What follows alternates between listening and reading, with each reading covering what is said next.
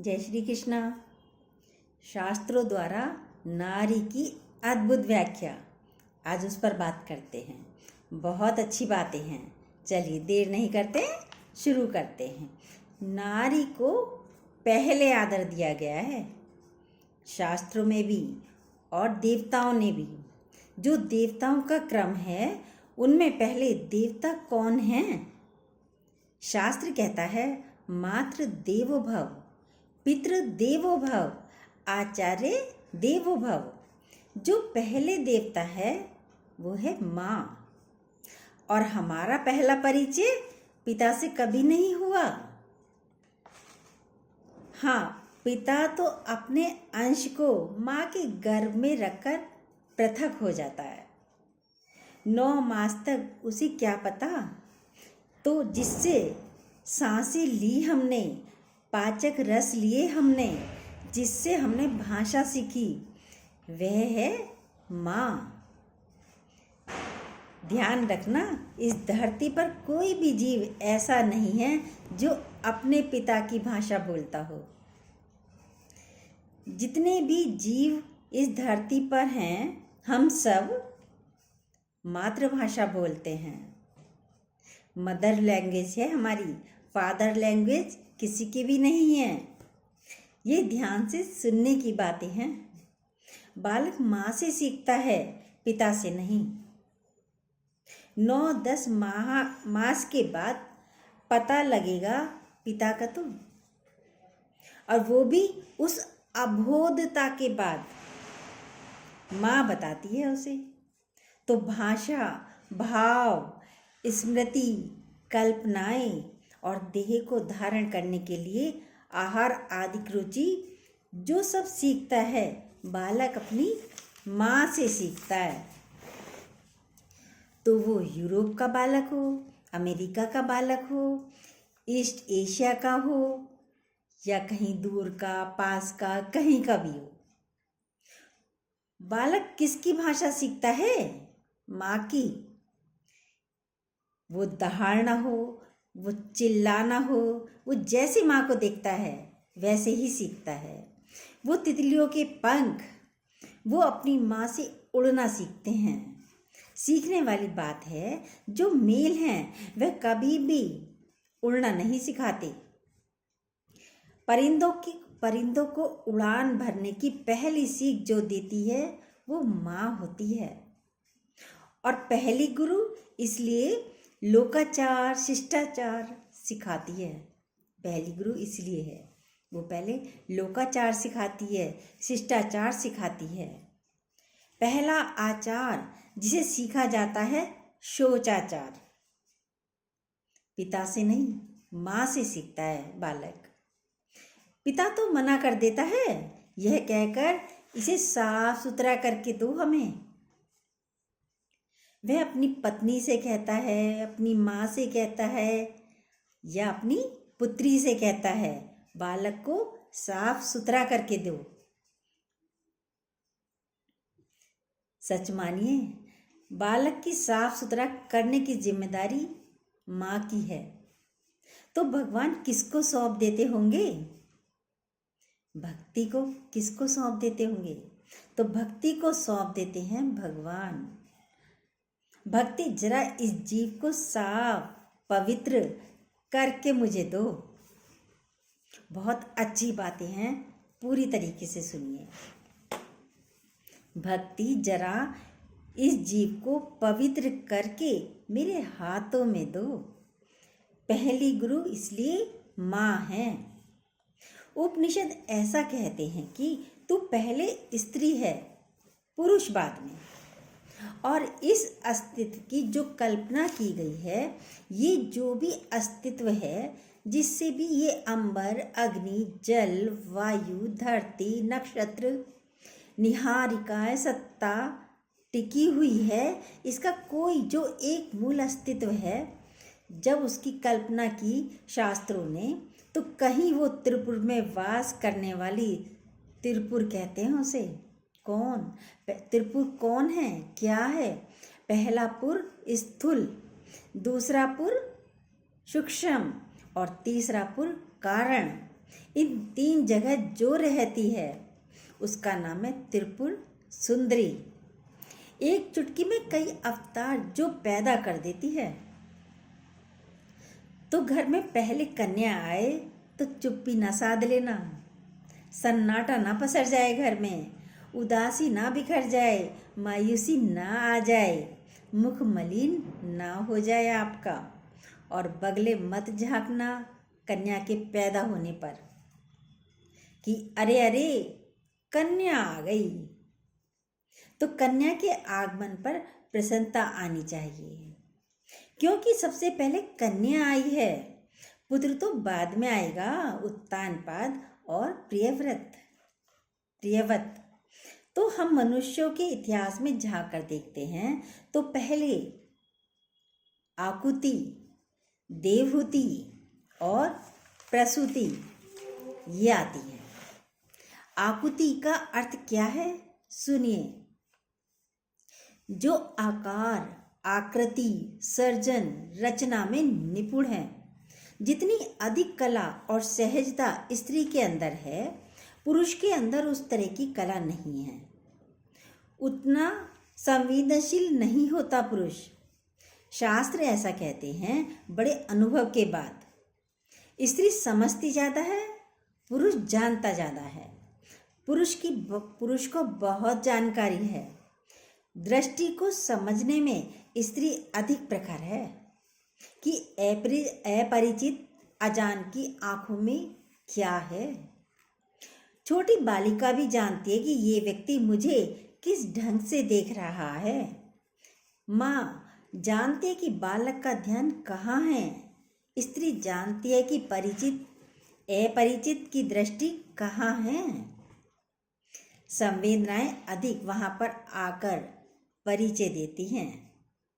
मन में तरंग क्या है, विचार क्या है, सोच क्या है, व्यक्ति सोच क्या रहा है, उसकी दृष्टि कहाँ है। आकुति, जिससे उत्तम कोटि का सृजन हुआ, रुचि नाम के प्रजापति के साथ यज्ञ का सर्जन हुआ, जिसने यज्ञ विद्या को जन्म दिया। कुछ लोग ऐसा कहते हैं कि बेटी के घर का कुछ नहीं लेना चाहिए, क्योंकि पुत्री को दान कर दिया, तो जो कन्या हमने दे दी वहाँ से क्या लें। पर मनु वहाँ से यज्ञ ले आए और अपनी पुत्री से उन्होंने कहा कि देख, तेरा बेटा मैं लूँगा, अगर तुझे पुत्र हो गया तो मेरा होगा। रुचि नाम के प्रजापति के पास जाकर यज्ञ को ले आए। यज्ञ हमारे यहाँ रहना चाहिए। यज्ञ इसका अर्थ है कि बेटी के घर में कुछ अच्छा हो रहा हो तो सीखो, वहाँ से ले आओ। विद्या, संस्कार, रीति, परंपरा, जीवन का रंग ढंग। कुछ लोग बड़े उदार होते हैं।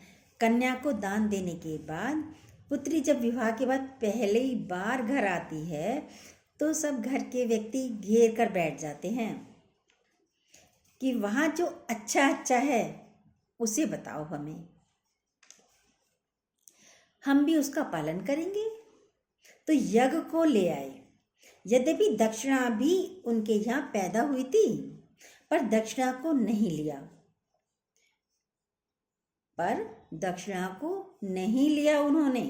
उन्होंने कहा हम पुत्री से द्रव्य नहीं लेंगे, विचार लेंगे, ज्ञान लेंगे, आचरण सीखेंगे।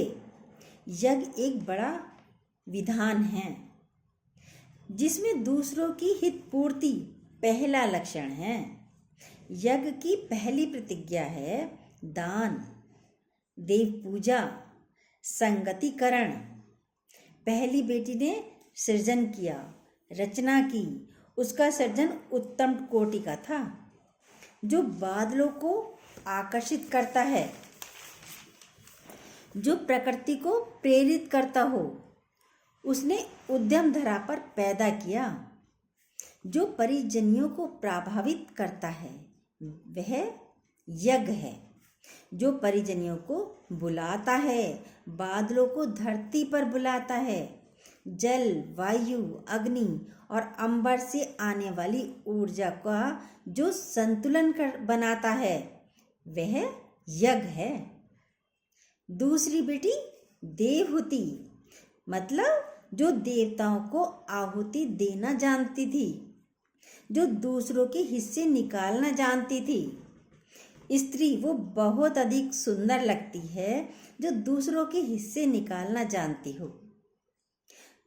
अपनों के हिस्से संभाल कर रखे, बहुत अच्छी बात है, पर अपनों से पहले गौ के हिस्से निकाले। ये गौ का है, ये गौ का है, ये आचार्य का है, ये संत महापुरुष का है, ये सब माता पिता के हैं, ये सब मेरे पति के हैं, मेरी संतानों का है, और अंत में बचा कुचा हिस्सा अपना, कुछ जो बचा हो उसे हम कौन से तप की बात कहें या किस गुफा में तप करने के लिए भेजें, या कौन सा जोग या बाना स्त्री को पहनाएं, नारी को पहनाएं। वो तो खुद ही तपस्विनी है, जो इस तरह से दूसरों का हिस्सा निकालना जानती हो। उसे कहते हैं देवहूति, जो देवताओं को आहुति देने में निपुण थी, जिसके भीतर कभी दोष नहीं। तीसरी प्रसूति, आनंद प्रसूत, प्रेम प्रसूत। पहली से यज्ञ का जन्म हुआ और दूसरी से नवकन्याएं, उनमें अनुसुईया आदि, क्योंकि उनके पति ने शर्त रख दी। देवहूति से कर्दन ने कहा, ध्यान रहे मेरी संतान होगी तो मैं साधु बन जाऊंगा, पुत्र हो गया तो मुझे, क्योंकि मेरी प्रतिज्ञा है, मेरा व्रत है कि मैं अगर विवाह करूंगा तो मेरी संतान पुत्र हो, तो पुत्र रूप में परमात्मा ही पैदा हो। मैं अपने संकल्प तप पर इतना विश्वास रखता हूँ कि मेरी संतानें अज्ञानी नहीं होंगी। मैं पहली बात तो विवाह नहीं करूँगा, और यदि मैंने विवाह किया माता पिता के आदेश के अनुसार मानकर, तो मेरी संतानें अज्ञानी नहीं होंगी, रोने झिकने वाली नहीं होंगी। मेरी संतानें तो पूरे संसार को मार्ग दिखाने वाली होगी। और बेटा, मेरा सम्मान नहीं हो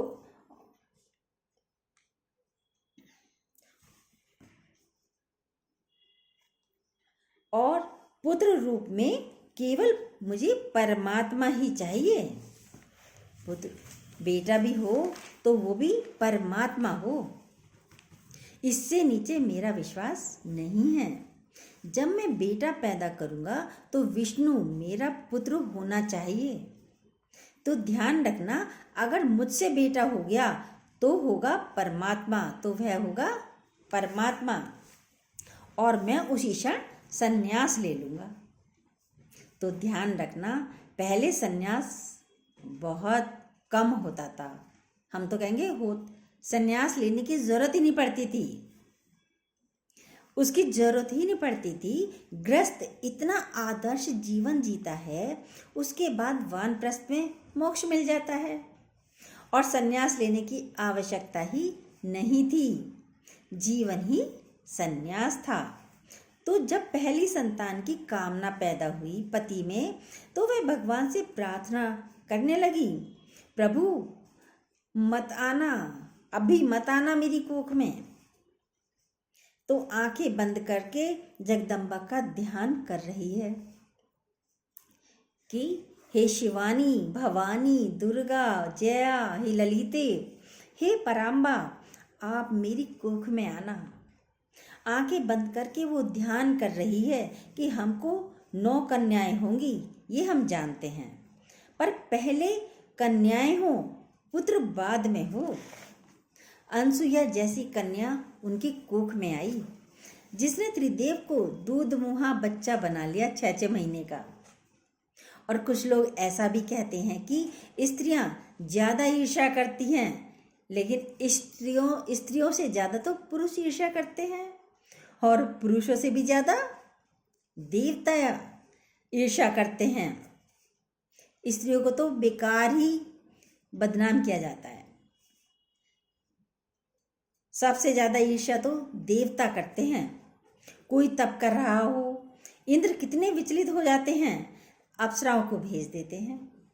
सच तो यह है कि इस धरती पर जब नारी तप करने पर आ जाती है और जब वह अड़ जाए कि मुझे तप करना है, तो उसके तप में ऐसी सामर्थ्य है कि वह तीनों देवता ब्रह्मा विष्णु महेश को द्वार पर भीख मांगने उसके द्वार पर आ जाते हैं।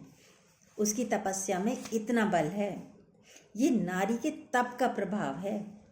तो जो ये कहते हैं कि घर में कन्या आ गई और कन्या के आगमन पर घर में सन्नाटा पसर गया, कन्या के आगमन पर आंखों में गीलापन आ गया, कन्या के आगमन पर घर में चुप्पी आ गई, मायूसी आ गई, ये अच्छी बात नहीं है।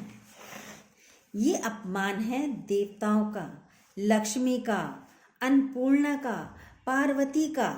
यह बहुत बड़ा अपमान है, अनादर है। ये है शास्त्र द्वारा नारी की अद्भुत व्याख्या। पहले कभी नहीं सुनी होगी ना? कैसी लगी आप ज़रूर प्लीज़ कमेंट में कहिएगा, बताइएगा। और प्लीज़ जो न्यू हो, हमारी स्टोरी अच्छी लगती हो तो जो न्यू हो सब्सक्राइब कीजिएगा। जो बेल आती है प्लीज़ उसको दोबारा से दबा दीजिएगा। जय श्री कृष्णा।